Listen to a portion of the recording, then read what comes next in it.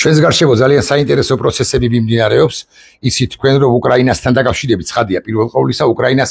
მხარს უჭერს და ყოველდღიურად სულ უფრო უჭერს და უჭერს მხარს შეერთებული შტატები. ორშაბათს გამოვა პრეზიდენტი ტრამპი და ის დაანონსებს კი არა გამოაცხადებს ახალი სასანქციო პაკეტის თაობაზე რუსეთის წინააღმდეგ ერთპიროვნული პაკეტი იქნება ეს და დაავალებს ფინანსთა მინისტრ ბესენს რომ მან გააკონტროლოს ეს ყველაფერი მან აიღოს საკუთარ თავზე ამ პაკეტის ამ სასანქციო პაკეტის აღსრულება უკლებლივ ყველა ქვეყანას ვინც აღებმიცემობით არის დაკავებული რუსეთის მკვლელ იმპერიასთან 500%-იანი ტარიფები დაუწესდება მოხდება თუ არა საქართველოს მაციაში ხდება მიუხედავად იმისა, რომ საქართველოსა და შეერთებულ შტატებს შორის საქართველოსთან ექსპორტი შეერთებულ შტატებში ხო, რამდენია და ძალიან ცოტაა. მოდი ასე ვთქვათ. და თითქოს ეს სტრატეგიულად ჩვენ არ დაგვარტყამს და არ ტყავს ასაგურველი მეწარმეებს, რომლებსაც 8 ბუთლი ცხადია 15 ბუთლი ღვინო გააქვთ. შეერთებულ შტატებში რასაკვირველია და არ ტყავს, მაგრამ ესეთი ეკონომიკის ჩამოქცევა სარგანაპირობებს ეს, მაგრამ რეპუტაციული თვალსაზრისით რომ ჩვენც ვაჭრობთ რუსეთთან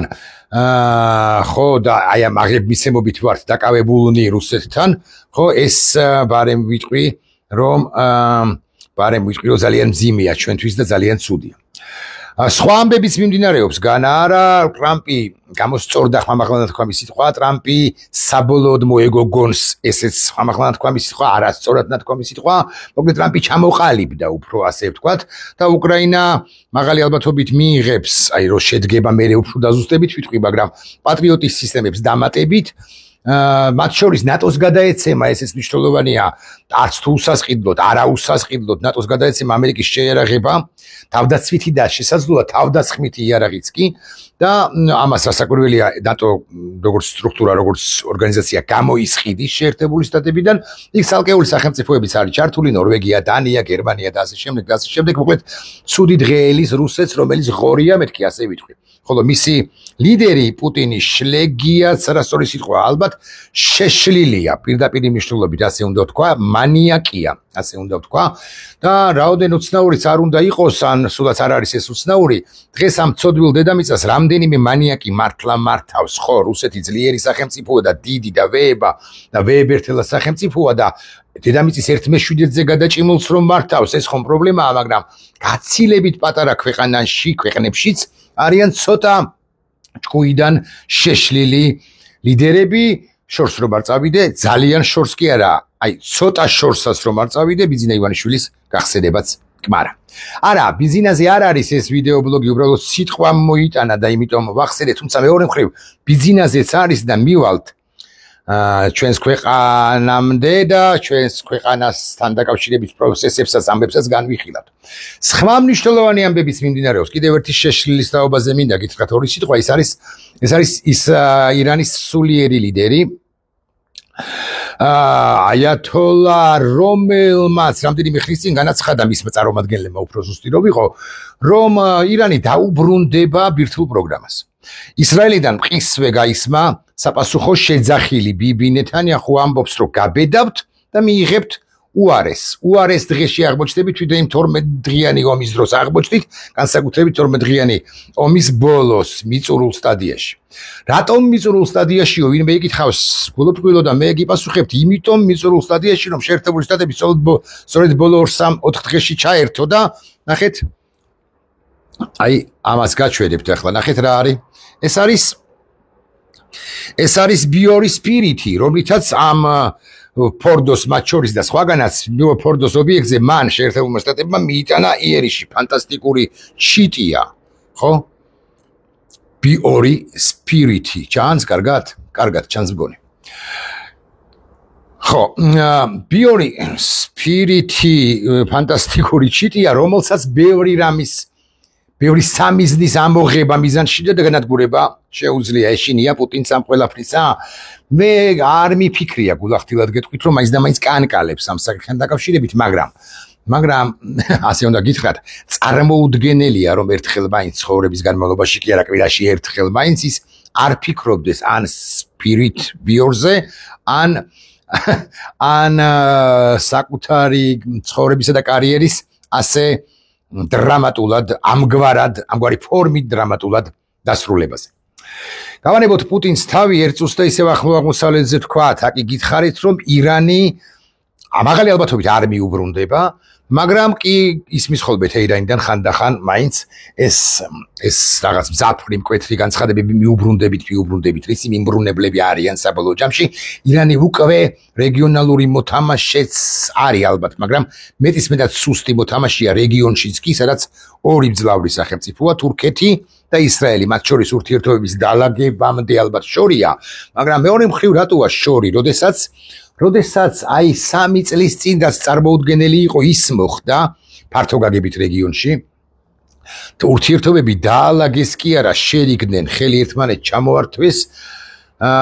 ჩამოვართვა, მხოლობითში ალბათ მაინც ჯობია ორმა ქვეყანამ, აზერბაიჯანმა, მისმა ლიდერმა ალიევმა და სომხეთმა, მისმა ლიდერმა ფაშინიანმა. ფაშინიანი უნიკალური ლიდერია. მან ყარაბაღის ორი ბოლო ომის დასრულების შემდეგ და სომხეთის დამარცხების შემდეგ მან როგორღაც მოახერხა და ეს იყო რასაკვირველია ძალიან რთული, როგორღაც მოახერხა რამდენიმე ფუნდამენტური საკითხის გადაჭრა. ეს არის პირველ რიგში სომხურ ელიტებსა და სომხურ საზოგადოებაში არსებობდა სისხლის მოთხოვნილება და რევანშის მოთხოვნილება ბოლო ორი ომის შედეგების გათვალისწინებით, ომის და მისი ქვენაწილი ომის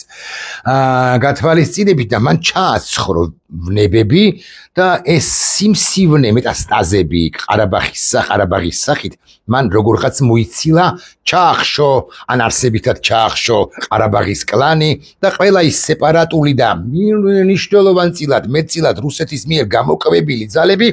იმ რუსეთისა, რომელსაც არასდიდებით არ სურდა კავკასიის რეგიონში მშვიდობა, მით უფრო აზერბაიჯანსა და სომხეთს შორის ურთიერთობების დალაგება. კიდევ რატომ არის გენიალური პოლიტიკოსი ეს არა მეინსტრიმ პოლიტიკოსი ფაშინიანი? იმიტომ რომ მან დაიწყო ურთიერთობების დალაგება შეერთებულ შტატებთან, აი ჩვენ ხო ცილდებით დასავლეთ სომხეთი კი უახლოვდება 3 წლის წინ ეს წარმოუდგენელი იყო, ასევე მან დაიწყო ურთიერთობების დალაგება ევროკავშირთან, ჩვენ ხო ცილდებით ევროკავშირს, ჩვენ ლიდერი სახელმწიფო, ოდესღაც კი არა არც თუ შორეულ წარსულში, სომხეთი კი რომელიც ვერც იხედებოდა ევროპისაკენ, ახლა უახლოვდება, ჩვენ შეიძლება წაგვართვან უვიზო რეჟიმი, ჩამოგვართვან, ან შეგვიჩერონ თუ გებავთ ასე ვიტყვი, ხოლო სომხეთი კვალდაკვალ მიიღებს, სომხური საზოგადოება მიიღებს უვიზო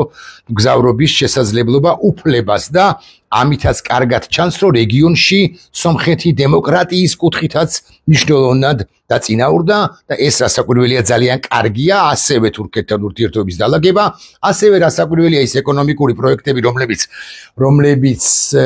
რომელთა მნიშვნელოვანი ნაწილიც ან თუ ყველა არა ჩვენზე უნდა წამოსულიყო და მე მაინც ვიტოვებ ბჟუტავ იმედს, რომ ჩვენზე რასაკვირველია ამ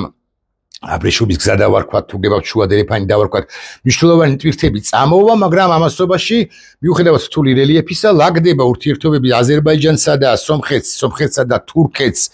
შორის, აზერბაიჯანსა და თურქეთს შორის ისედაც დალაგებულია და შუა დერეფნის ნაწილს, მოდი ასე ვიტყვით, ქვეყნის ნებართვით, მნიშვნელოვან ნაწილს, ტვირთების მნიშვნელოვან ნაწილს წაიღებს თავისკენ გადაკაჩავს სომხეთი, რაც ჩვენთვის ძალიან მნიშვნელოვანი კი არა, ცუდი სამწუხარო ამბავი, ადეკვატური ხელისუფლება, ამასთან დე იურე ხელისუფლება, ანუ არა დე ფაქტო, ხო ესენი ხო დე ფაქტოები არიან, დე იურე ადეკვატური არჩეული ხელისუფლება, რომ ყავდეს ჩვენ ამ ამბავში, როცა ძალიან მნიშვნელოვანი ამბები მიმდინარეობს ჩვენს რეგიონშიც, ჩვენსას გამოვრჩებოდით და ვიქნებოდით აი ამ უნიკალური შესაძლებლობაა, ხო, აი ამ ტრიოს ერთ-ერთი ნაწილი თუ წამყვანი არა, წამყვანის ვიქნებოდით დემოკრატიის განვითარების კუთხით, მაგრამ ადეკვატური მოთამაშე ვიქნებოდით, მით უფრო რომ შავი ზღვაზე გასასვლელი სწორედ ჩვენ გვაქვს, ამ კასპიისა და შავი ზღვის დაკავშირება მნიშვნელოვანია, საზღვაო ტვირთები იაფია, შედარებით დაბალ ბიუჯეტიანია ვიდრე სახმელეთო ტვირთები, ნუ საჰაეროზე აღარც ვიტყვი და ასე შემდეგ, მაგრამ ბიზნესამ ხო ჩაგვტოვა ჩვენს. ხო, ამაზე ვილაპარაკებ მე ჩემს კონტექსტში, რომელიც საათია არასრული 5, ესე იგი შესაბამისად არასრულ 11-ზე, 11-ის ნახევარზე, რამდენიმე საათში დაიწყება, ამაზეც მექნება მე რამდენიმე კი არა მსუყე პასაჟები. ახლა რატო ყვები ამ ყველაფერს? პარალელურად რატომ გიამბობთ? ჩვენ ბიზინა ივანიშვილმა ჩაგვტოვა ერთ კატასტროფაში, მაგრამ სანამ ამაზე ვიტყვი ორ სიტყვას, მანამდე ესეთი რიტორიკული კითხვა უნდა დავსვა. ახლა გაიხსენა რომელიღაც ვებგვერდმა და მეც გავიხსენებ, ბოდიშ თვითონ გავხსნი რომ არ შემეშალოს. ხო, ეს არის, აი უყურეთ, აი ზუსტად მივაგენი ჩაუწევ ხმასთან აქ ვიღაც პროპაგანდისტებმა რაღაც ისულები ვარ დამძამო. ჩვენ გვაქვს ხოლო 15 წუთი წასასვლელად, 40 წუთში კი ალყაში მოგვაქცევენ. ასეთი სიტყვები უთხრა უკრაინის პრეზიდენტს სახელმწიფო დაცვამ ომის დასაწყისში. ეს არის 24 თებერვალი. იხსენებს უკრაინის ზადას მმართველი უმრავლესობის ლიდერი დავით არახამია. ამის შემდეგ ზელენსკიმ თავისი გუნდი შეკრიბა და ასეთი რამ უთხრა, გვითხრაო, ამბობს არახამია, ყველას ყავს ოჯახი. არავის გავაკრიტიკებ, თუ წასვლა გინდათ, გააკეთეთ ეს ახლავე. უკრაინის პრეზიდენტმა ასევე აღნიშნა, რომ თუ ჩვენ აქ არ ვიქნებით, ხალხი ბრძოლას შეწყვეტს. მან არჩევანი გააკეთა სიკვდილსა და სიცოცხლეს შორის და ასე შემდეგ. ეს არის BBC-სთან მისცემული ინტერვიუ არახამიასი და იხსენებს თებერვლის ბოლოს რუსეთმა კიევის მისადგომთან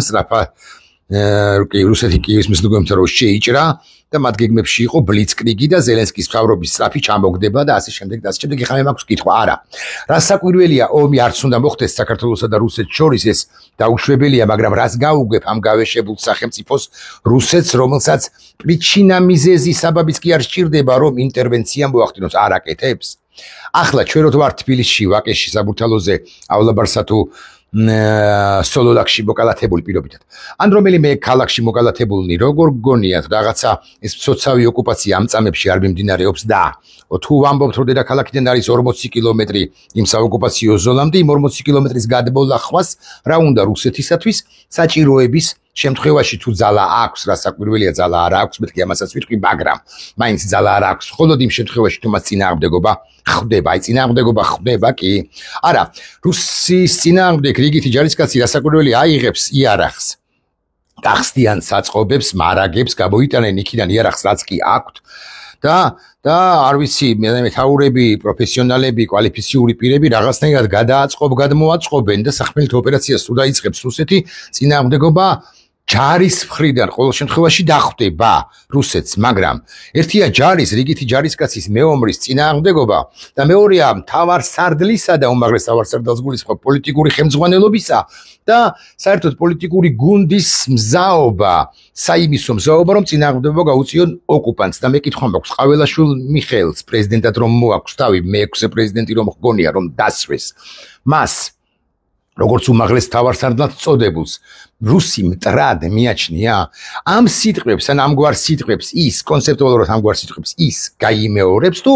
იტყვის რომ მოდით აფრიალეთ საქართველოში თბილისში დედაქალაქში რუსეთის დროშა ჩვენ მზადა ვართ ოღონდაც კი არ დაგვიპყროთ ამას იტყვის ყაველაშვილის ნაჩალნიკი ივანიშვილი ყაველაშვილის კოლეგა წოდებული პრემიერ-მინისტრად წოდებული კობახიძე პაპუაშვილი ასე შემდეგ რა სიტყვიან მე გეტყვით რა სიტყვიან ჩემი ღრმარწმენით ამას არ უნდა დიდი ფილოსოფოსობა დიდი შორბჭრეტელობა ტალეირანობა თუ ბისმარკობა ისინი რა საკვირველია იმ თავითვე გამოაცხადებენ კაპიტულაციას შეფუთავენ რომ ოღონდ ჩვენ ხო თბილისი არ დავანგრევინეთ ჩვენ ხო წინააღმდეგობას აზრი არ ქონდა და ამიტომაც არ გავუწიეთ შემოსულიყვნენ და მშვიდად გვეცხოვრა ერთმანეთთან უმალს ჯობდა და ჯობია ვიდრე დანგრეული თბილისი და ესეთი ლოგიკით რომ მიუდგე აი ამ მონური კონფორმისტული ვასალური ხო საბჭოური რუსული რა ვიცი ქართულ-რუსული ლოგიკით რომ მიუდგე ყაველაშვილის და კობახიძეს დასაგვირლია თავიანთ ნაჩალნიკთან ერთად მართლებიც იქნებიან მაგრამ საერთოდ უნდა ვიცოდოთ რომ ისტორია არ იწყება ახლა და არ სრულდება აქ აღარ იწყება აქ და არ სრულდება აქ ასე მაგალითად ისტორია განმგრძობითი ამბავია განმგრძობითი რამეა და მიუხედავად იმისა, რომ უზარმაზარი პრობლემები შეექმნა, აბარა უკრაინას მან ისტორია დაწერა 227 წლის ან 74 წლის შემდეგ რომ დაიბადებიან უკრაინელები, მომავალი უკრაინელები, მომავალი სხვადასხვა გვარის წარმომადგენლები, ისინი იამაყებენ ამით და არ იამაყებდნენ, თუ არ იამაყებენ მომავალში დაბადებული ქართველები ყაველაშვილთა და ქართულგვარიან რუსთა ამა თუ იმ კონფორმისტული ქმედებით. არა, კონფორმიზმის არასწორი სიტყვა, არამედ ამა თუ იმ რუსული, აი რუსეთის მაამებლური ქმედებებით. ახლა რუსეთის მაამებლურ ქმედებებზე გამახსენდა ჩემო ძვირფასო მაყურებელო და ერთ ამბავსაც წაგიკითხავთ, ეს არ ახალი ამბავია პრინციპში, მაგრამ მაინც აი ამან რა ქვია ამას პაპუაშვილი შალიკო თქვა მნიშვნელოვანი ევროკავშირი გამოფხიზდეს წარმოიდგინეთ იმ სტრუქტურას სივრცეს რომელიც დემოკრატიის მთავარგამტარია ახლა მსოფლიოში მთავარი მექაა ხო რომელშიც ადამიანის უფლებები არის უმაღლეს სტანდარტზე აყვანილი რომელშიც ყველაფერი ზედმიწევნად ზუსტად არის დალაგებული მათ შორის ბიუროკრატიის გამო ასე რომ ვაგინებთ და ვაძაგებთ ხო ისინი ნელა ქმედებენ განა არა აი ეს სტრუქტურა სივრცე ევროკავშირი რომელშიც ამდენი 30 სახელმწიფოა გაერთიანებული და რომელიც არის საერთო ფული აქვს ჯერ ერთი ევრო საერთო საზღვრები არა აქვს კი არის რაღაც გარკვეული რეგულაციები მაგრამ მაინც და ასე შემდეგ ერთი სულისკვეთების კულტურაზე ორიენტირებული ხელოვნებაზე ორიენტირებული ადამიანზე ორიენტირებული სივრცეა აი ეს რუსი და მე ხაკი არ მერიდება რუსი დიახ რუსი აბა პაპუაშვილი იქნება თუ პაპოვი ხო პაპოვი ხო რა მნიშვნელობა აქვს ხო ეს ხომ რუსული განცხადება ეს ხომ ამებლური დამოკიდებულება კი არა განცხადება სწორედ ფსბ-ს მიმართ ეს ამბობს მნიშვნელოვანიაო ეს ამბობს ევროკავშირი გამოფხიზდესო ეს გამოფხიზდა თურმე და ევროპული ღირებულებების გზაზე დაბრუნდეს რატომ ამბობენ ამას იმიტომ რომ რომელიღაც ეტაპზე გააღიზიანონ და თავად ევროკავშირმა თქვას უარი თუ ასე მაგინებ და თუ შენ ხალხი ვერ გცვლის მიზესთან გამო ვერ გცვლის თუ ასეთი ამბავია თქვენს ქვეყანაში მე შენგან ზურგით დავდგები და საერთოდ აღარ მოგაქცევ ყურადღებას აი ეს შედეგი უნდა რომ გამოიწვიოს განაპირობოს პაპუაშვილს და არა მარტო პაპუაშვილს არამედ პირველ ყოვლისა ასაკვირველია ბიზინა ივანიშვილს განვაგრძოთ კითხვა ის გზა რომელზეც დღეს ბრიუსელის ბიუროკრატია დგას არის საბჭოთა კავშირისკენ გზა ამას რუს პაპუაშვილს როგორც ჩანს არ ახსოვს არა შესანიშნავად ახსოვს მაგრამ ახლა ასე ვიტყვი რა იყო საბჭოთა კავშირი და ერთ-ერთზე დატოლება რუსეთის საბჭოთა კავშირისა და ბრიუსელის ევროკავშირისა არის დანაშაული ქართველი ხალხის საქართველოს ისტორიის წინაშე. ახლა მე გეკითხებით თუ დანაშაულს ჩადის ვინმე ეს დანაშაული უნდა აღკვეთოთ თუ არა და მე გეტყვით რომ რასაკვირველია უნდა აღკვეთოთ. თან გაგახსენებთ იმას რათითიც დავიწყე. გარშემო მიმდინარეობს რუსეთისაგან დაშორების პროცესი ალიევიც კი რომელიც დემოკრატიით ვერ დაიკვეხნის საკუთრების ქვეყანაში. ალიევიც კი შორდება რუსეთს. ფაშინიანი რომელიც დემოკრატიის გზაზეა სომხეთიც კი მისი ლიდერობით შორდება რუსეთს. სხვა ცენტრალური აზიის სახელმწიფოები შორდებიან გაგიკვირდებათ და ისინი მათი ორიენტაცია უფრო ჩინეთისკენ არის ყაზახეთისა მათ შორის პირველ ყოვლისა. მოლდოვა რომელსაც აქედან ამომაგრებს ზურგს რუმინეთი და აქეთ კი უკრაინა ყავს უფროსი ძმის რაც ის თქვა თანასწორი ძმის სახით ფაფხურობს და გადის რუსული გავლენის სფეროდან. მიუხედავად იმისა, რომ ბეწვის ხიდებზე გაიარა რამდენიმე ხნის წინ. ბელარუსი კატასტროფული ქვეყანაა, მაგრამ ბელარუსის ცუდაზროვნებიანი, ცუდსაზრისიანი, მაგრამ რაციონალურად მოაზროვნე ბატკა ლუკაშენკო უკაცრავად მე კი არ ვაქებ ცხადია, მაგრამ ბატკა ლუკაშენკო მისეული წარმოდგენებში რამ სოფხედვა თვალსაწიერიც აქვს, იმ წარმოდგენებში ის ადეკვატურია,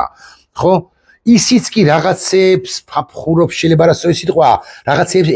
აიჩალიჩებს ასე ვიტყვი რომ თლად არ გადაანადგუროს რუსეთმა მისი სახელმწიფო ბელარუსი და რა რჩება და ბიზნესთან ირჩება ეს კაცი ბიზინა ივანიშვილი თქვენ რო უჭერთ აი ხან მე რომ მიყურებთ და მაგინებთ მეჩხუბებით ეს კაცი თქვენს მომავალს ანგრევს ეს კაცი თქვენ ხო განგრევთ მაგრამ თქვენი შვილების მომავალსაც ანგრევს იმ შვილებისა რომლებიც უთუოდ გაგემიჯნებიან და ფიგურალურად ვიტყვი ცხადია თქვენს სახელს დანას ჩაარტყავენ ზურგში ან სახეში მოგხვდებათ მუშტი ან სიტყვა მოგხვდებათ მათი რა მიკენი ეს მშობელო ჩემო ამას გეტყვიან თქვენი შვილები შთამომავლები მოკლედ რატომ ჩამტოვე შენ რატომ არ მოიღე ხმა ზუსტად მასში როცა საქართველოს ჰქონდა ისტორიული შანსი რომ დამძვრალიყო აბვითარებიდან რომ გაქცეოდა ამ ბოროტების იმპერიას მაშინ რატომ შენი ხმა ერთი კინკილ ადამიანისა შეიძლებოდა ყოფილიყო გადამწყვეტი და შენ ამ დროს ჩუმად ეგდებოდი სვიხდი ამ სიტყვისთვის ბალიშზე თავი გედო და არც არაფერს არ აკეთებდი ბალიშსაც კი არასველებდი ცრემლს ბალიშსაც კი არასველებდი ცრემლით და არ ამბობდი ოხრას გვიშვება ეს ივანიშვილი აღარ ვლაპარაკობ იმაზე რომ საჯაროდ არ გამოდიოდი მეუღლესაც კი არ ელაპარაკებოდი არა თუ Facebook-ზე სტატუს არავინ გთხოვდა საბოლოო ჯამში დახურულ სივრცეშიც კი არ ელაპარაკობდი არაფერს აი ამ გვარობა მოხდება, მაგრამ ეს არ მოხდება მეთქი მეორე თუ მესამე მხრივ ვიტყვი, იმიტომ რომ ჩვენ საკმაოდ ბევრი ვართ, საიმისოდ რომ ივანიშვილს ეს რუსული გარად კი არ ვათამაშოთ და ჩვენი ლელო პოლიტიკურ პარტიას არ გულისხმობ ეხა ცხადია ვინმე მარჩაბი თვალოს რომ ამუკა ხაზარაძეს ვაკებ თუ მისკენა ვარ პირიქით ვაკრიტიკებ იმის გამო რომ მიიღო არჩევნებში მონაწილეობა ლელო ისედაც ლელოა პარტიას ერქმევა თუ არა ჩვენი ლელო უნდა დავდოთ და მისი გარად კი რასაკვირველი არ უნდა ვითამაშოთ მეთქი ამის თქმას ვცდილობ და ბოლო პასაჟები არ მინდა შემეშალოს ბოდიში ვიხდი ჩავხედავ მაგრამ მაინც არ მინდა შემეშალოს რაოდენობა კი რაც გვარები მინდა შემეშალოს აქედან გამომდინარე გეტყვით იცით თქვენ რომ და მე ამას ამბობ ძალიან დიდი გულისწყობით ამით დავიწყებ ჩემს გადაცემას რამდენიმე საათში ამასობაში კი გახდა 5 იცით თქვენ რომ ზურა ჯაფარიძეს პოლიტპატიმარს გარდაეცვალა დედა ზურა ჯაფარიძეს აქვე უნდა გასაკვირველია და ითქვას ზურა ჯაფარიძეს და ზურას ხო კარგად ვიცნობ მაგრამ ჩემი მეგობარია გია ჯაფარიძე ზურას და გიას გარდაეცვალა დედა ვერ გადაიტანა ამ ქალმა მეთქი ასე ვიტყვი მე ვუთანაგზნობ ცხადია გიასაც და ზურასაც ძიმი ამბავია ეს თუ არ ვწდები სალობე ზურაბიშვილმაც გააკეთა ამასთან დაკავშირებით კომენტარი და თუ შემომხვდა აი ვიდრე დავასრულებ ვიდეო ბლოგს მანამდე მასაც ჩაგიკითხავთ მაგრამ აქვე ვიტყვი რომ აი ამ ბოლო როდიდან დაიწყო ეს ყველაფერი ეს ბოლო ჯოჯოხეთი რომელსაც გვიწყობს ივანიშვილი დაიწყო დეკემბრის თვიდან აი ამ ბოლო 6 თვეში დაპატიმრებული ყავს რამდენი მოქალაქე ამ შიზოიდ ივანიშვილს кейსით თქვენ კი იცით და ამ ბევრი მოქალაქიდან 70 დაახლოებით 4-ია ზურა ჯაფარიძე მეოთხე პოლიტპატიმარია ვისაც არ ჩააკვდა ასე ვიტყვი მშობელი ხელში ხო ცოტა ისე ჟღერს მაგრამ მშობელს არ ჩაუხედავს თავისი შვილისთვის თვალებში და დედას მშობელს ვერ მიეფერა ამ შემთხვევაში ზურა ჯაფარიძე იმიტომ რომ ის საპატიმროში იმყოფებოდა ვერ მისი ბოლო აი ხა ცოტა მიმძიმს კიდე სამის ლაპარაკ ამის თქმა მისი ბოლო ამოსუნთქმა ვერ დაინახა ზურა ჯაფარიძემ ვერ შეიგრძნო ვერ დაინახა ვერ დაესწრო ამ ბოლო ამოსუნთქმას ეს არ არის მარტივი ამბავი ხალხო ეს არის კიდევ ერთი ნათელი დასტური და ჯოჯოხეთში გვამყოფებს ბიზინა ივანიშვილი და რა